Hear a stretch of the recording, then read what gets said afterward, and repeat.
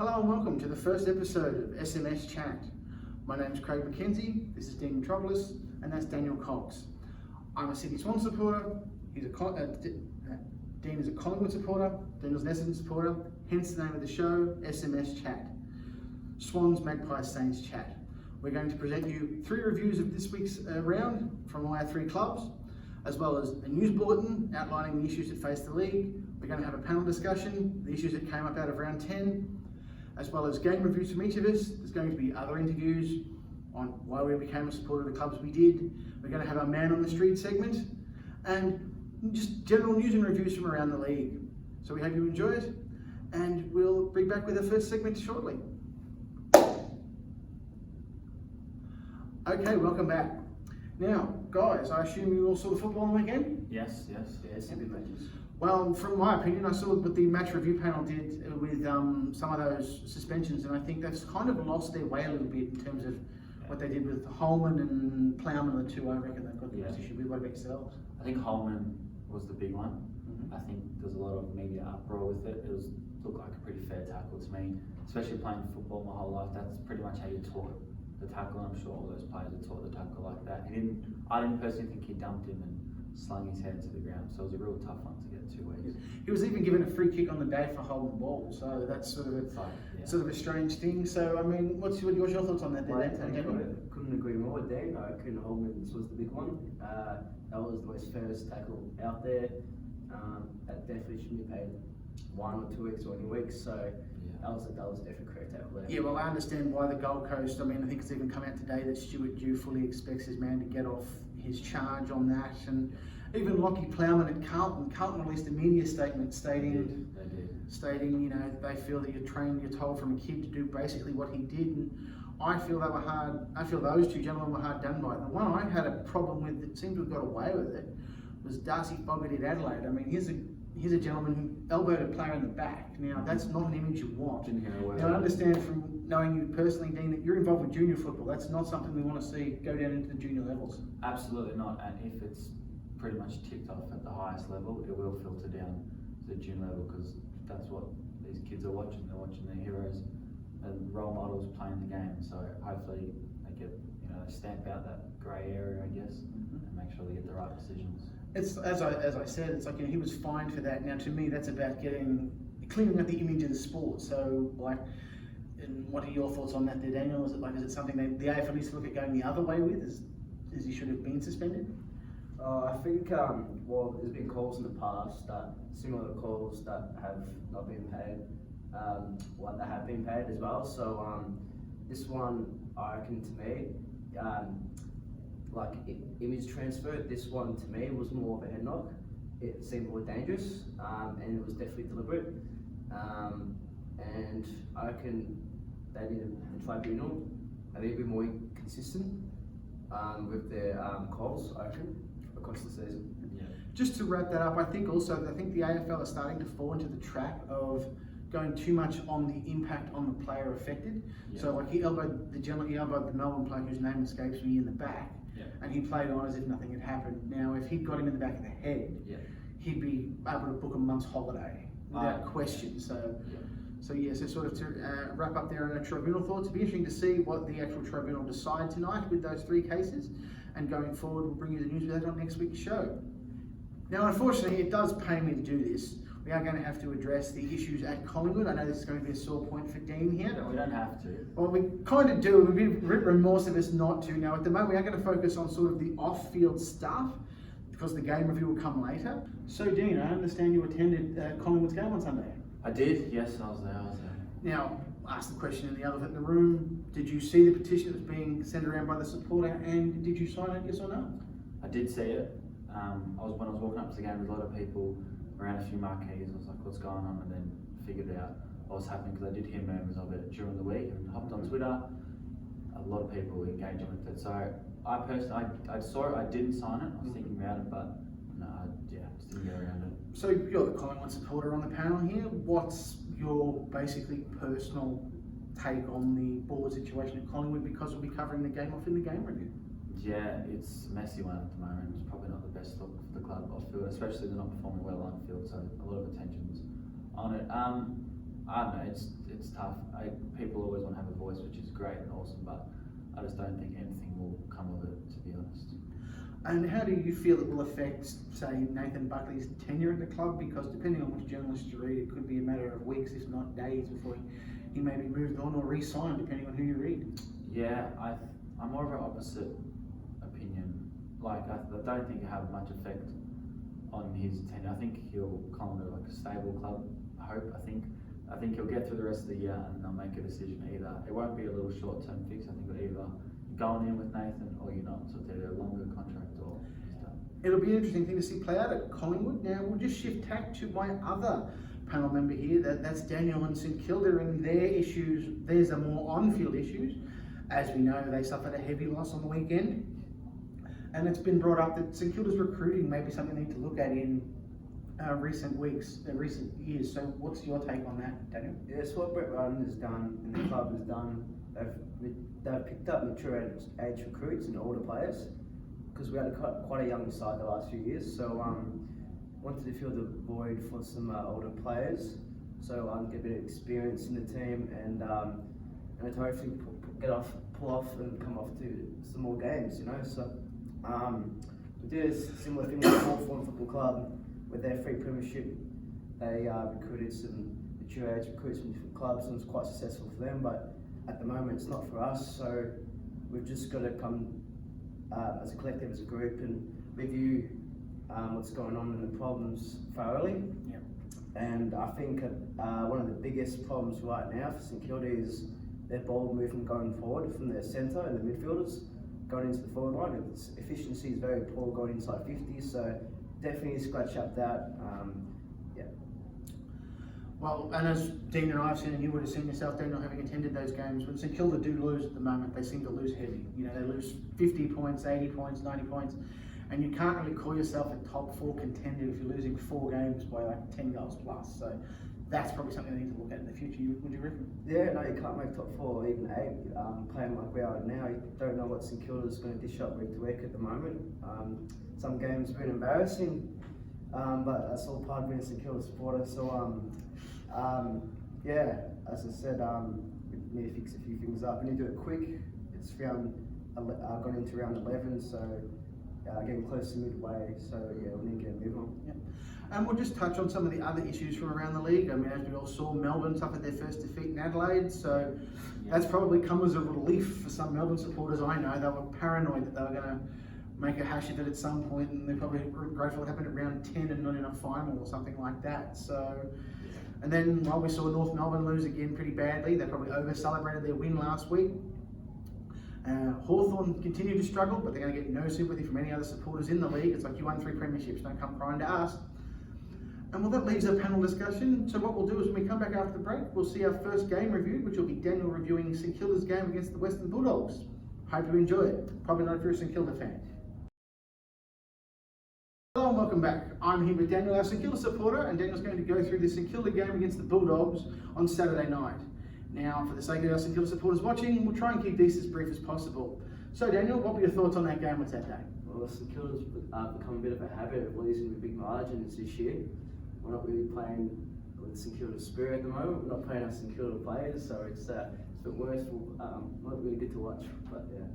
Yeah, there's not good to watch, and then there was that. I mean, that's 111 points. I mean, this is the 4th time that's happened. I mean, surely, what were, for those St Kilda supporters who are being brave enough to watch this, what were some of the highlights they could take out of that game? I mean, one of them they could have is at least a kick streak.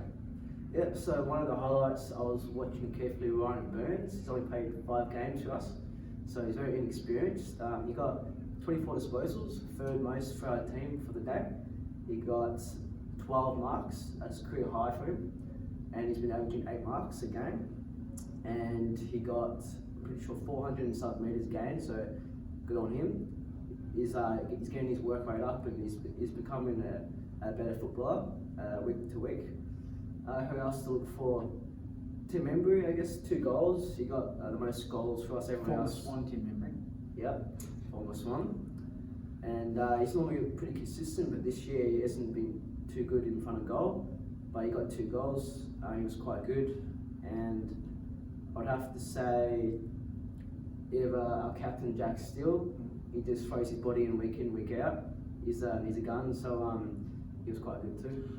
In your opinion, I saw the post-game press conference with Brett Ratten and said there will be changes. From viewing the game, were you able to reel off some of the names that may be looking over their shoulders at having to find Sandringham's ground next week? Yeah, some of the players that might be going to the seconds, the VFL, maybe players like Jack Higgins. He only got 13 disposals last week, and he's gone under 10 disposals a few weeks as well. So it was a bit quiet. He didn't get a goal, didn't register a goal, didn't get missed goal involvements. Another is Dan Butler.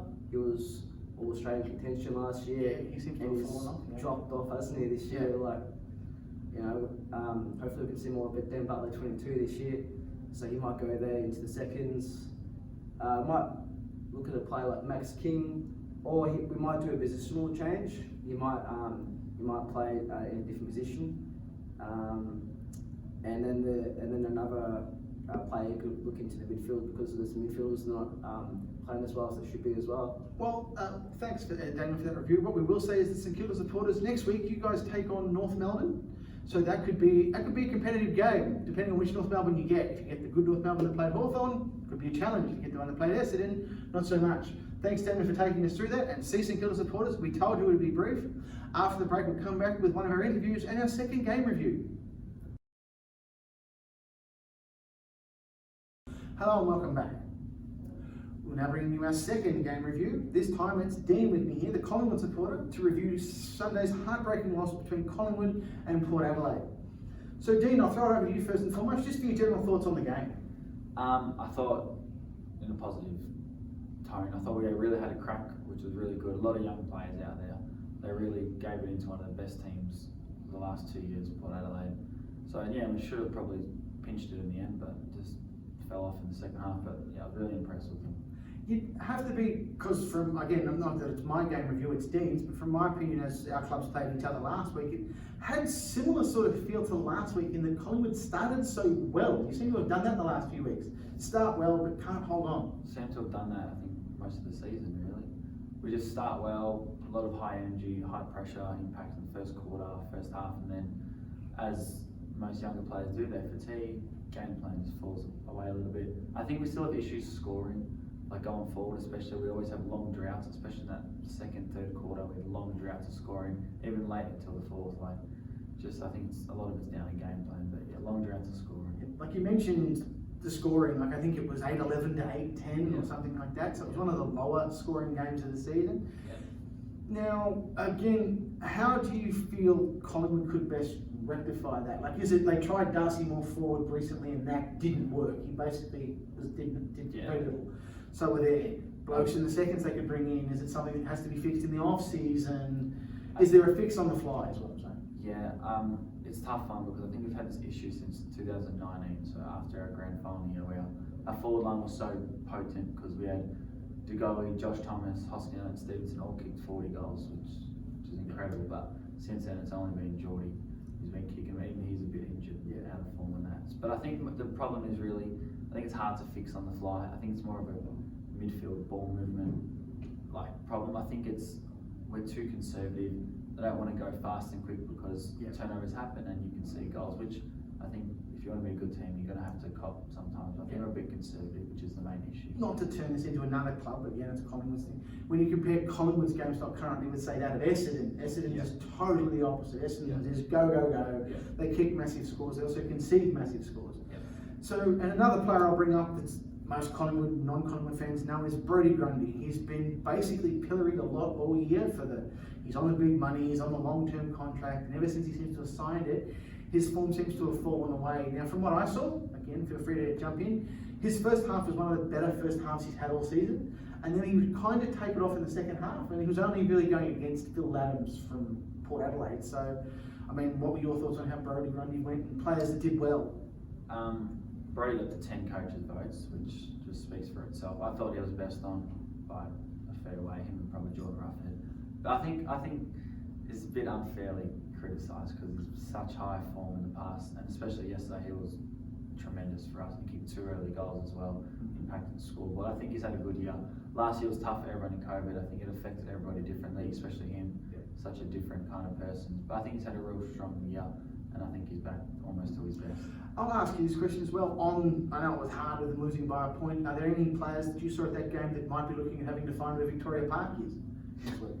Maybe Callum Brown, one of the younger ones that still can't find his form. Because then you look on the other side, McCreary and Poulter in their first year played terrific. And Brown has been there for a few years, so I think Brown could be And it's one. not really a punishment for them. It's more if they go back to that level, they'll dominate, build confidence, and come back. Yeah, exactly right. Once again, thanks very much, Dean, for that. And who do Collingwood play next week? Geelong on Saturday. That'll be a tough one for Collingwood, given where they are on the ladder. But you always seem to give Geelong good games. We thank Dean once again for his game review of that. And when we come back after the break, it'll be another interview, our fan rant, and our third and final game review. Thanks very much. Hello and welcome to the SMS News Bulletin. With the recent COVID outbreak here in Victoria and specifically Melbourne, inner Melbourne City, how is this going to affect the AFL? We don't really know yet, but tickets for round 11 have already been put on hold and they're frozen. So it's really early in the week still, but we're not sure if they're going to be crowds allowed to go to the game or is it going to be limited capacity. Definitely going to be smaller capacity than what it already is in place at the moment. So it's really unsure times at the moment here in Melbourne, and who really knows what's really going to happen. How could this affect local footy as well? Could it filter down all the way into the grassroots level, even in training standards as well? No one really knows. It's really unsure times here, but yeah, we'll keep you posted when we find out what's going to happen here and how it affects our footy competition. Hello. Now, we're doing a segment now called My Cult Hero. As you can tell, it's my turn this week as a Swans supporter. Now, my cult hero was, and he was for many Swans fans, was Lewis Roberts Thompson, or as he was known, LRT, or the Hyphenator. He was known for, his awkward-looking gait. He was drafted, I think, in about 29th overall. He was from New South Wales, which is what helped endear him to Swans fans. And he was always sort of, kind of a goofy looking footballer. All clubs have him, just one of those goofy, gangly looking blokes that always seemed to, he was sort of the first guy that was sort of dropped when things went bad, or he either played really well or really poorly. But he sort of endeared himself to Swans fans. But as I said, he used to have the shock of blonde hair and his blonde shaggy hair. He didn't even look like he bothered with a comb or a mirror. He just was out there trying his best. And he was a rugby union product, which is, again, he wasn't the traditional from a private school AFL. He'd only turned to the AFL at 14. So, and also being a local product, and he was very engaging with the fans and the media, at autograph sessions I attended, he'd be one of the first guys there, one of the last guys to leave. He was one of the most personable players. He was, as he'll freely tell you and has been interviewed in the past, he was far from one of the best players the Swans had, but he was what would be called the ideal definition of a swingman. He had, for his abilities, he had far more fans than his abilities would warrant. Not saying he was a bad footballer, but he was just that. He was just a footballer. His good games were very good. If you ask any Swans fans, in 2005 and 2012, actually in 2012 he was close to Norm Smith medal contention. And in 2005, he's one of the 6 players in that infamous Leo Barry photo. Sure, he was assaulting 2 West Coast players, but that's beside the point, and we got away with it, and it's ours, and you're not getting it back. Now, I'll mention also, there's a personal connection to why Lewis Roberts Thompson is a personal hero, is a cult hero of mine at the Swans. He wore number 30 throughout his career, and as will be shown later in the program with the interview with myself as to why I'm a Swans supporter, that was actually the number my grandfather wore. I have a photo at home showing this on the locker. So it was kind of, always had a bit of a keeping an eye out for the number 30 for the Swans. So it was him, it was then passed on to Tom McCartan and Mark Bays before that from my generation. So yeah, so that's my cult hero, Lewis Roberts Thompson. We're hopefully looking for other ones in the future. Tune in next week where it'll be Dean telling you about a Collingwood cult hero of his. Craig, a big Sydney Swan supporter. So Craig, what do you think of the game against Fremantle on Saturday night? Well, I thought it was good overall, despite the loss. If you look at it in isolation, the first quarter and first half was all ours. We dominated it, we got out of the blocks pretty quickly, which is something in recent weeks we haven't done. Against Collingwood have been slow starters. Against Melbourne was pretty okay, but against Fremantle, being over there, their first time in front of a crowd in about 6 weeks, we started pretty well. I think we were in front by about 10, 15 points at half time, and it was looking good.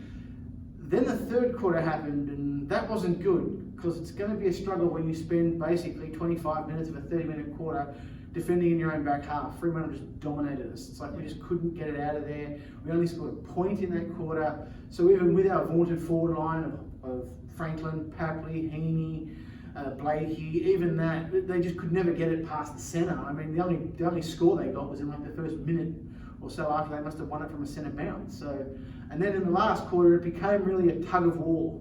You know, they get one, we get one, they get one, we get one. Franklin sort of found some of his old form. You know, we also had a bit of luck with getting some dribble goals, you know, bounced through in the slippery and greasy conditions. Because we seem to be catching Fremantle on the counter-attack. They'd always have their back line brought forward and we'd be able to lob it over the top.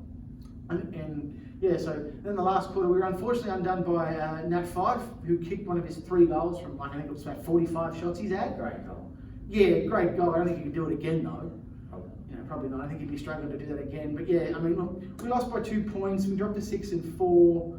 Now, if you'd said to Swan supporters 10 rounds in, you would have won 6 games. Most of them would probably have taken that. Yeah, so we're still in contention. So it's just interesting to see where we go from here. Let's touch on that quickly. How do you think? Obviously, it's a great start to the year, but now almost at the halfway, point of the season. Do you think solidified yourself in the 8, or because Richmond are right there? Not. Yeah, I wouldn't say solidified. And for all of those of you who have Richmond 9th memes, get them out, get them ready. You watch their supporters start to disappear, but that's just my Richmond rant. What I was saying is yes, we did start well, won our first 4 games, won them by surprise in instance of the first couple with Brisbane and Richmond. But now I think one thing we'll have to watch is, it is a youngish team for Swans. Like, we've had Logan McDonald, we've had Warner, we've had Goulden, we've had Campbell, and they're all suffering injuries. So we are going to probably towards the back end probably start getting a bit older because you're going to have to replace those guys. I mean, and we've had all kinds of not issues, but we've also haven't really been belted. The Gold Coast Suns was the bad day. That's just, it seems to happen every year. We beat the Suns, and that's like the last game they win, and it's like sort of either works for us or works against us. So yeah, we're not far from solidified. Look, I think if we do make the 8, we're going to be sitting 5th to 8th. I don't think we're going to challenge the likes of Melbourne Bulldogs. We'll give them games like competitive. You saw the Melbourne game before Adelaide. That was the closest game Melbourne had. Yeah. How do you think the form of Buddy Franklin has been? Obviously hasn't played all the games. He's been in and out. Kicked 6 on the weekend. Only 37 now away from the big 1,000 mark. How do you think his form's been this year, and do you think he'll reach that? His form's been good. I know some Swan supporters are a bit antsy about the money he's getting paid now, and he missed all of last year, and he's missing games here. But when you look at his games, he's kicked 3 goals twice, and then had I think 5 and 6 or something. So he's probably the leading goal scorer at the club. Now, look, was he ever going to play all the games? No. As was written in the media, if he'd played previously, he probably wouldn't have been sent to Perth. Because, most teams actually send old players to Perth. So it'd be interesting to see whether he gets rested against lesser teams, if we don't need percentage or things like that. But yeah, so it'd be interesting to see how that goes. Yeah, so thanks for tuning in, listening to all our club reviews. So hopefully this one's going to have a better finish to the than the last couple of weeks. Yep. So yeah, hopefully this one's bounce back next week. Who they got next week? We play Carlton in Sydney, which up until the last couple of years we've been able to beat Carlton pretty handily. I think last year was about the first year in ages we lost to Carlton. That was on the Gold Coast. Yeah, they kicked 7 goals and then packed up and went home. And so hopefully we can beat Carlton and the supporters don't get too smug for themselves. Hopefully not. We'll catch you after the break. Hello and welcome to Why My Supporter. Today we have Craig on the show. He's going to tell us why he's a big Sydney Swans supporter. So Craig, how did you become a Sydney Swans supporter? Thanks, Dean. I became a Swan supporter through a family connection, like most people, but my family connection was a little bit different. It was basically through my grandfather.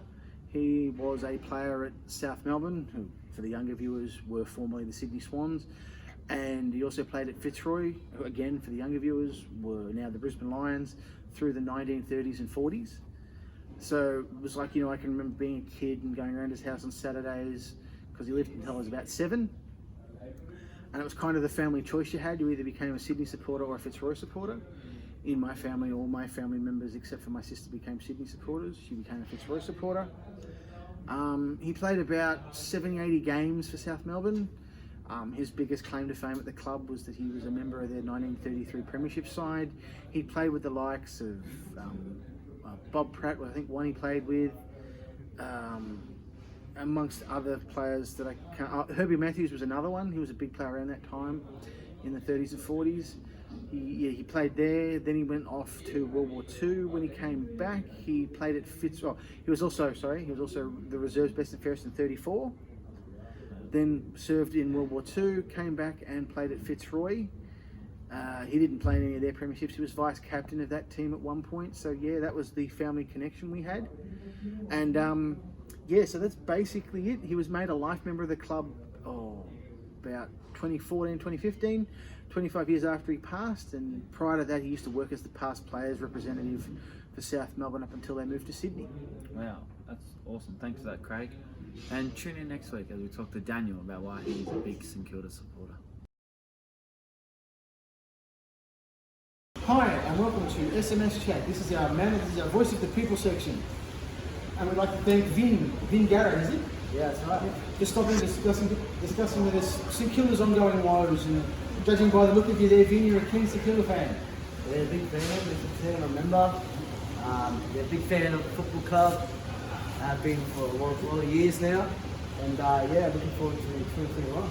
Yep. Okay. Well, we're going to ask you the hard question about last week. Did you attend the Bulldogs game this week? Yeah, I did say.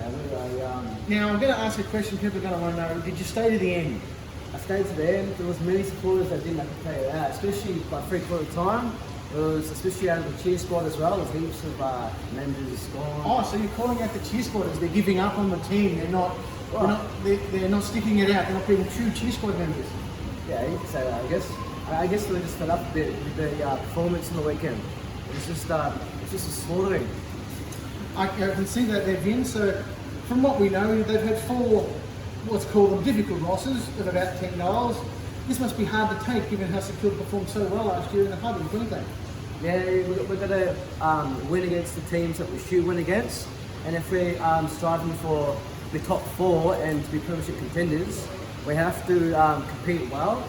We can't be thrashed by 100 points or 50 points. You know, we've got to day in, week out, weekend. We've got to perform well. You know, so that's the goal. Okay, so do you think you'll go well against North Melbourne? You're hoping for a big win?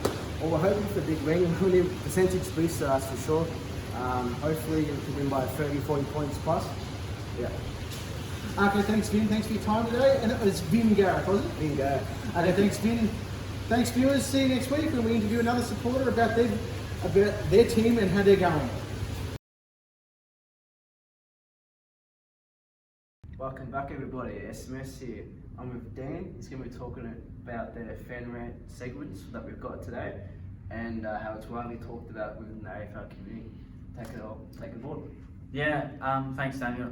One thing that's really been irking me and annoying me lately is Richmond supporters and just all their complaining they're doing. They've won 3 of the last 4 premierships. I don't want to hear it about the free kicks every week. I've seen the stats, it's not great for them, but I think every team cops a lot of free kicks and it's their turn to cop it. Right now they're sitting 9th on the ladder, just where they should be, am I right? Just perfectly where they should be, not near that top 4, and I'm just sick of hearing the complaining. The other week, they've had to play all the way at Marvel Stadium, can you believe it? Bloody 20 metres across the road from the MCG. The poor fans have to go all the way. So yeah, I'm just sick of hearing it about all their fans, all their injuries this year. Every team cops injuries. My team especially, we've copped injuries every year, and we're still up there competing. This year, the copping injuries, all I hear about. Dustin Martin has to go away for 1 week to New Zealand. I don't want to hear it. I'm sick of it. I just can't believe it. Their coach Damien Hardwick was in the media at the start of the year for his separation with his wife. I don't care about it. Why am I listening to that? And now him complaining about going to Marvel. I'm sick of it. I think it's too much. I think Richmond supporters, where were they before 2017? Like seriously, when I was at the games, I didn't see many of them. Or you always hear the jokes about them burning their memberships. And 2017, they all come out of the works, 100,000 members. I think half of those are still pets, to be honest. But yeah, I can't believe it where they've all come from. And I hope they go back down the ladder where they should be, and all those members will disappear. And Collingwood will be back as the biggest club, back in the land where we should be, whether we're winning or losing. But yeah, that's me for the week. I'm just sick of Richmond supporters. Well, that wraps up our episode here of SMS Chat. We'd like to thank you very much for tuning in today to watching our show. We hope you enjoyed it. We sure enjoyed making it. And next week we'll be back with more reviews of our three clubs, of a Swan supporter, a Magpie supporter and a Saints supporter. And we hope if your team's playing anyone but ours, we hope they go well. Thanks so much for watching and see you next week. Go Saints.